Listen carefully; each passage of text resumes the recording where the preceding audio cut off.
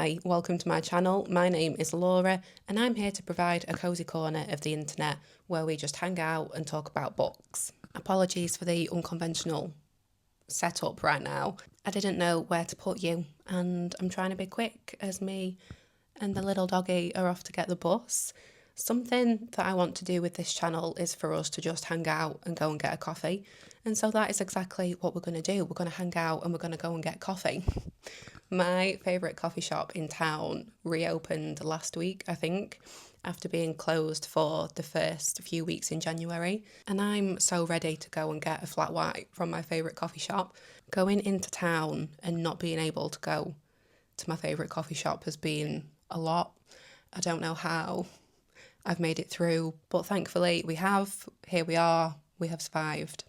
And so all I want to do on this Saturday morning is go to my coffee shop, have some chocolate flapjack, which for some reason is the best chocolate flapjack in the world, and I want to try and read my book for a little bit. I haven't got it out to show you, which was silly of me, but I started The Island Child by Molly Aitken last night, and so I would love to try and read some of that in the coffee shop. I just struggle sometimes with reading books in public, especially in a coffee shop, because I don't know, it's like the perfect environment, but also not the perfect environment. I am such a people watcher, and one of my beige flags is that I can just sit in a space, any space. I could sit in this room with no stimulation and just, I'd be all right. I can just sit and stare out of the window. I love to people watch. And I also really love the ambient noise in a coffee shop. But the only problem is that I find that very distracting when I'm trying to read. But then even if I put my headphones on, for some reason that makes me a bit self-conscious, like I can't hear what's going on around me. So I don't like to wear headphones in public, but the ambient noise doesn't help me concentrate on my reading. So we might not actually get much reading done. But it's nice to try, and it's the thought that counts, okay? And I'm going to take my little dog with me. My partner is off out for the day. Like I say, it's a Saturday. And my favourite Saturday activity anyway is coffee and charity shops. I think there's one charity shop that I can definitely take the dog in, and then somewhere we may have to sneak her in. Nothing to see here. I don't know if you can see her sat on my knee, but this is Lola. She is a 12-year-old Chihuahua with a heart murmur and cataracts in one eye. Oh, and barely any teeth as well. And I'm not sure that some of us deserve to go out, i.e. this one, as someone decided to do a wee on the bedroom floor this morning. I'm trying not to be too hard on her, as she is elderly now. She's in her twilight years. But I'm not convinced that it's incontinence. I think it might just be, I can't be bothered to go outside, mate. So if anyone's got any experience with elderly dogs and weeing in the house, she isn't really bad for it. It's just, it's becoming more frequent and we're noticing her doing it a lot more often. And I don't know why. Is it incontinence? Is it laziness? She doesn't give us any signal that she wants to go out. She will just drop and squat. So I'm not sure that we deserve coffee shop trips, but obviously I'm going to take it anyway, and we'll go to the dog shop and see if we can find some snacks. So that's our plan for this morning, and I thought you might like to come along with me. This all might fall apart, as I might get to the coffee shop and decide that I can't bring myself to film anything. So we'll see how it goes. I'm still getting used to filming in public on the vlogging camera and on my phone. I'm all right filming for TikTok and stuff on my phone, but for some reason I've got this fear of turning my phone landscape because I just feel that everyone instantly knows what you're doing. But we're going to give it a good go anyway, so let's go and get a coffee and then we'll catch up afterwards.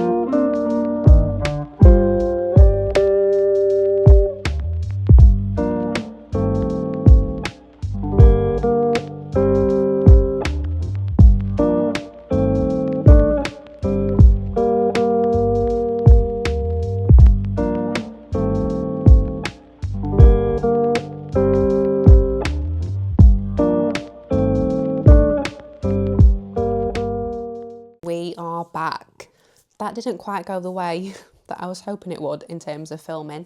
The coffee shop turned out to be quite busy, and I can't do it. I can't do it, man. I can't get my camera out and film when there are people in the immediate vicinity. I sat in my usual spot. I went at the time that I normally would, but it was just a little bit busy for me. So your girl did her best. Okay, I do realise that if we're going to go to the coffee shop together, I need to be okay with filming in the coffee shop. So I'm working on it. I'm working on the old anxiety. Sorry if I'm talking fast, it's that the battery on my mic is going to go. So I'm trying to do this before that happens, but it's strange for me because I have absolutely no problem doing things by myself, going out by myself. So I have no problem being there on my own, but as soon as I want to do something like read my book, like take pictures or film, then I can't do it. I don't know what the deal is with that, but like I say, I'm very happy to be out on my own, and if anything, sometimes I prefer it and really enjoy it. Like if anyone would have shattered my peace today by saying, oh, I'll come with you, then I would have been like, just want to go on my own. So yeah, I just need to be a bit braver. But the charity shops were successful. I think I took one like 10-second video from one of the charity shops, but we got some bits, so I'll try and show you quickly. I actually got this t-shirt for my partner, and I'm not sure if they'll like it or not, so I'm kind of hoping that they don't, so that I can wear it, or maybe we can share it, i.e. I'll just have it. So it's this New York Fire Department t-shirt. Hopefully you can see Fire Department New York, and on the label it says that it's officially licensed, and surely the label wouldn't lie. So I'm really hoping that it is something that gets issued to the fire department and not just something that they sell in the gift shops. Not that that makes it any less fun. It's still a nice t-shirt. It's actually very nice and soft, so that's quite cool. I loved that purchase. And then I found some Zara jeans for £3.50. I took a gamble. Buying jeans is hard and is a gamble anyway, and I've never bought jeans from Zara before, so I just had to go for it. They were £3.50. I thought, what have I got to lose? So they are high-waisted, wide-leg jeans. Obviously, you're not going to be able to see them properly on here, but I really like the colour. Hopefully the colour is showing up accurately. They do fit.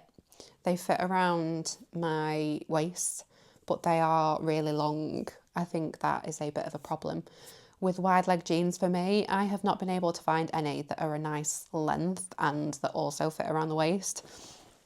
So these were really nice with some heeled boots that I tried on, but not so nice with like just normal shoes.